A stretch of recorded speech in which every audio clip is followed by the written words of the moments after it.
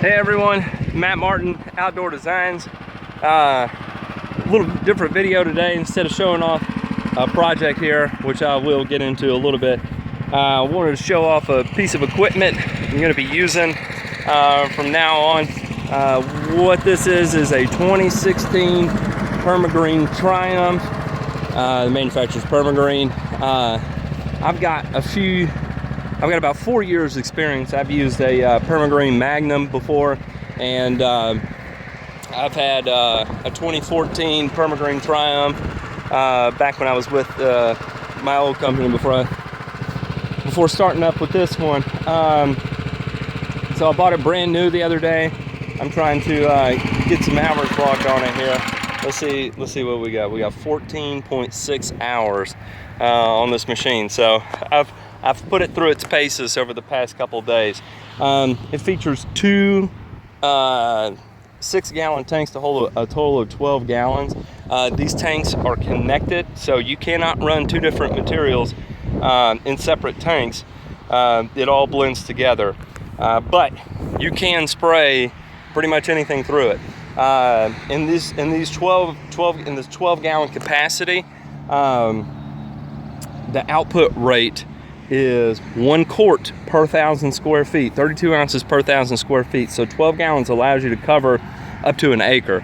So, you know, being able to hold an acre of spray capacity, that's huge. That's huge. Of course, it's got a 150-pound rated hopper. I'm running urea here. Obviously, I'm trying to make this grass green up significantly.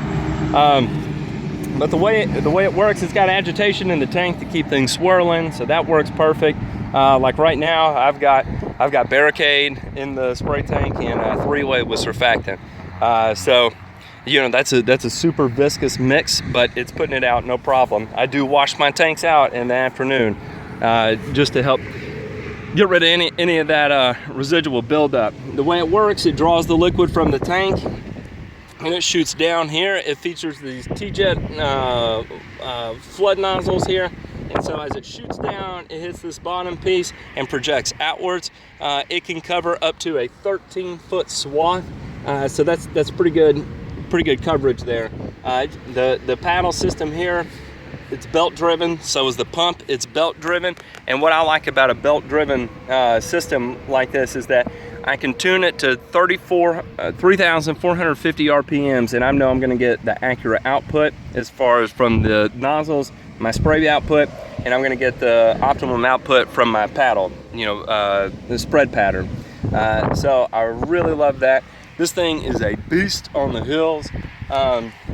This property doesn't have significant hills, but if we can see down here, I mean, there are some hills to contend with here, and I have no problem hugging any of that as I go around. So it's really a dream to operate. One of the things I really like about this machine too is it's got a filter down here for the spray tanks. Right here is a filter, so you can take that off, clean it, do what you will. If you get a little bit of air in the lines and it's not spraying, you can open this valve here and purge that air through the line really easily. I'm gonna install a drain plug tube right here to make it easier to drain the oil. That's the only thing I do not like, is that they don't come standard with that.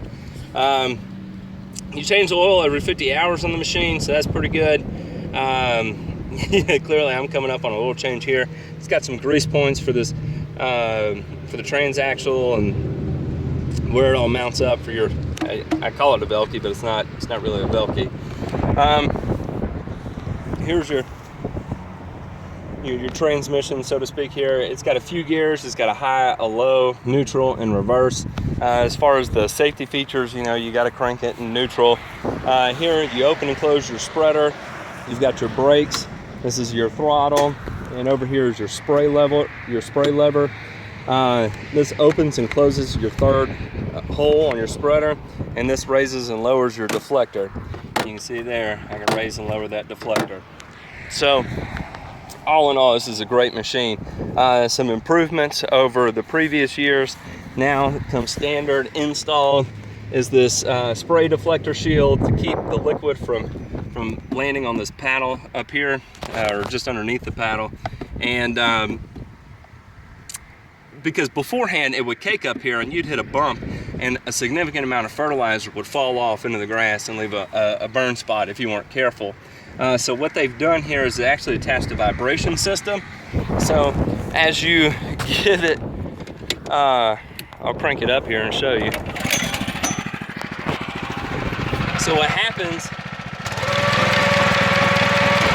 it has that wobble to it to keep things from building up on it, and that is really priceless. So no more application errors there. I can get an acre done in about 20 minutes. So that's nice. You know, that doesn't include fill up time, but that's you just pull up, jump out, get on it, and 20 minutes later you're done. So talk about a money saver, talk about a back saver.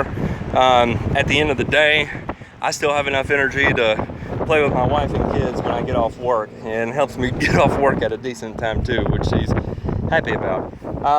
So anyway, just kind of wanted to go over the highlights of the machine here. This particular project, I'm at a church here, and what I'm doing is I'm hammering it with urea to get it to green up and look nice. It's got some Bermuda in it. We're actually going to be putting it on a Pilex program this summer, and that way the high visibility areas we can make look as nice as possible. Over here we got some broom sedge, a little blue stem that's known as. So we'll be doing some spot applications of glyphosate before we move into aeration and overseeding. So anyway, Matt Martin, Outdoor Designs, just wanted to show off the new toys here, and you know, one of the, in my opinion, the greatest advancements in the lawn care industry. You know, I know some people are going to be super partial to the Z sprays, and I have nothing against those machines. They're great. I did not want to take the time to learn a Z spray. I didn't want to take the time to learn how to maintain a Z spray. And I've heard horror stories about Z sprays on the hills. At the same time, I've heard some people say Z sprays handle the hills just fine. So for me, personal preference, experience, and you know, what I know already, I wanted to go with the Permagreen because that's going to be the easiest for me long-term down the road. So as I continue to grow, there's not a lot of guesswork when it comes into the machine. I don't have to screw up a few yards before I figure out how to operate it. So anyway, that's that. If you got any questions, comments, please feel free to do so below. I'll get to them all. Thank you.